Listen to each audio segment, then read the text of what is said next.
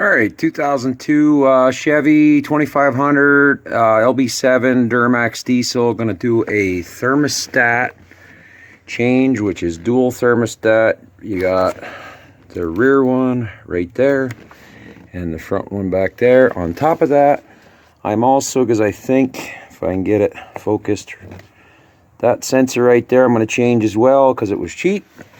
But I'm going to get this all swapped out. We're going to start out by draining the coolant out. And it's actually down there on the passenger side. We'll kind of not easy to see. This is from laying down underneath the vehicle. And you can see the petcock is right there.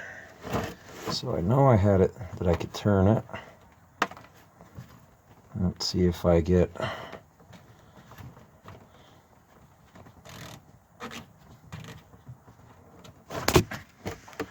and I don't want to get it in the camera and all that, so we're gonna pull the camera back and hopefully gently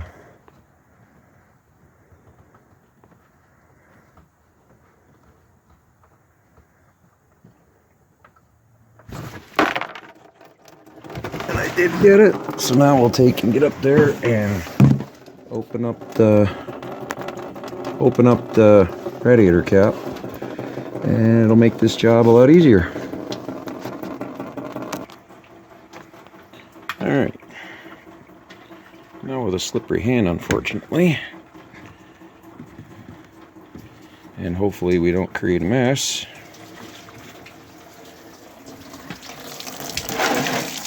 Which of course I did. I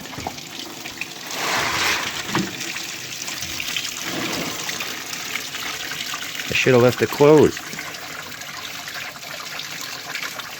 So we're going to let that drain, and then we'll work on the thermostat. Alright. You want to get, I took up your radiator hose off, and I will remind you in this video that I have never worked on an LB7 Duramax. But I've worked on a lot of different pieces of trucks and diesels and stuff like that. More so a 6.5 and a venture into this one. But it's pretty well straightforward. Here's what I'm going to do. I'm going to remove this pipe, pull this hose off. I'm also going to check the condition of it. And I may just replace that because I'm here. The thermostat sits down in here. And it looks to me, I'm going to pull these bolts all out and remove that and try to slide it out of there as a whole.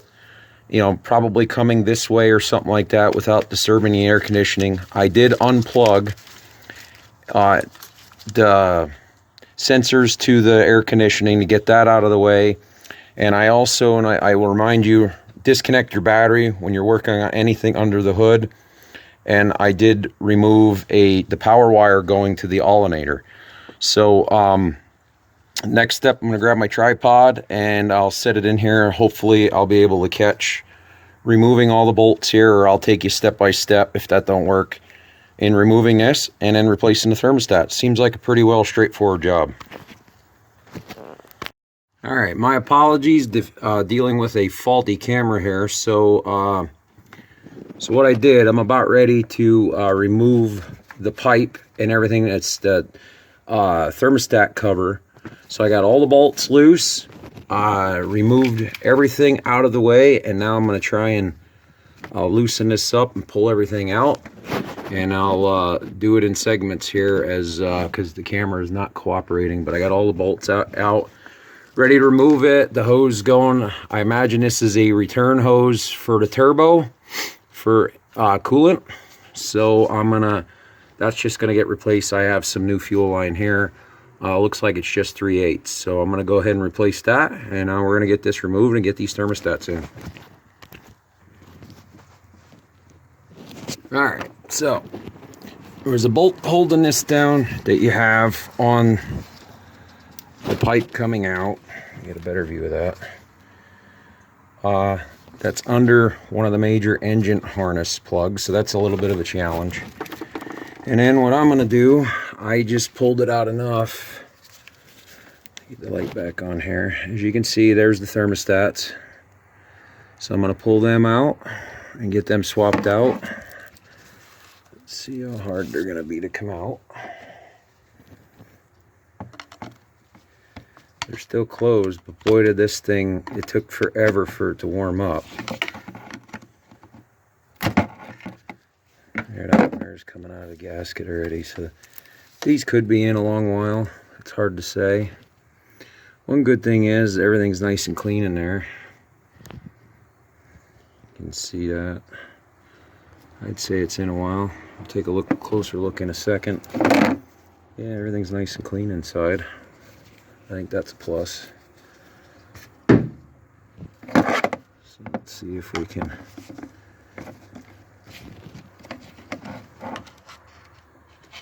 bump that one out one-handed here. There we go. Of course it went back there, but I think the magnet will pick it up. Yep. There's the second one.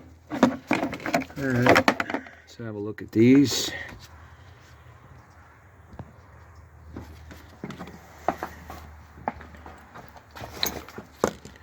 See if they say any manufacturer on them and the temperature.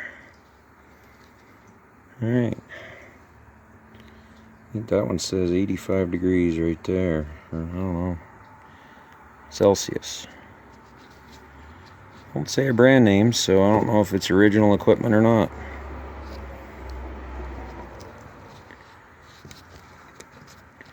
Look like they're in there for a while. That actually looks like it's kind of crooked, not lining up. I think I had one that was partially stuck. So we're going to unbox the new ones and get these in. Alright, here's the motor rad for the 2002 LB7. A little bit different design. I went with these because, you know, local parts store. And I figured that's the way it should be. So here's, they even give you a description how to install them. There was some good reviews online, so I'll take that in consideration. So, but anyway, I'm gonna lube these up here real good on the O-rings and get them installed. Alright, as you can see, take our little diagram here and they show you a pretty good diagram to reinstall them. So I have them set. Now it's just a matter of putting the thermostat cover back on, putting all the bolts in, and basically reassembling it. So I'll get this all back together and show you the finished product. Alright, we got everything back into place here. All the bolts are in. Do them snugly. One tip I have for you is, in order to get that bolt down there back in for the upper radiator hose pipe, you want to unplug these engine control plugs, which are very simple to do. You just slide like that, slide them back, and then there's an Allen bolt underneath there that holds that, and then that gives you enough room to put the matching bolt to this side in. So basically I have everything in. I swapped out my temperature sensor there while I was there.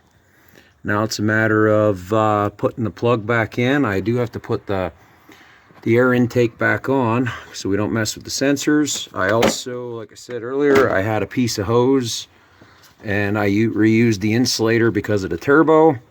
Extra heat there. So they had it on, put 2 new clamps on there, coming up for that. Now we're ready to put the plug back in the coolant, and I'm going to filter the antifreeze and see what it looks like. And then maybe I'll take and put a gallon of fresh in it. We're going to take a look right now. Alright, got this pretty well buttoned up, self-explanatory like when you take it apart. My apologies if you don't like the way I did this. This is my video, you make your own. If you have an LB7 and want to do a thermostat, and there's probably already videos out there, but I'm trying to keep this short and sweet and giving all the points. So got my upper radiator hose all tightened up. I left this loose so I can make sure that hose going to the turbo doesn't have a leak. And also do not completely fill your overflow tank, because there's going to be air in this. And on top of that, this right here has a bleed screw on it to allow air to come out. So right now we're just gonna snug that down for now. We'll probably just tighten it up because no more air come out. But now what we need to do is fire the truck up and let this come up to temp so we can allow the air to come out of it. All right, a few days later, after swapping out the thermostat in my 2002 Chevy 2500 Duramax, so to finish up this video on this, because ran out of time the other day, you want to run this until it comes up to operating temperature, so you can make sure you top off your overflow tank properly. And actually what I like to do is then verify it the next morning after it sits overnight, because this thing actually had a little bit of air in it. I ran it earlier today and it had a little bit of air left in it, and now it's good. So I had to top it off because it sat for a few days after I changed the thermostat, and the level dropped because it was colder, and now you can see it's right there, right on the money. So but yeah, this ends the video on doing a thermostat change, and also did a temperature sensor change on a 2002 Chevy 2500 Duramax. So if you like the video, hit the like button, subscribe, hit the notification bell so you do not miss a video from GMAC. Thanks for watching. We'll see you in the next video, and remember, keep on wrenching.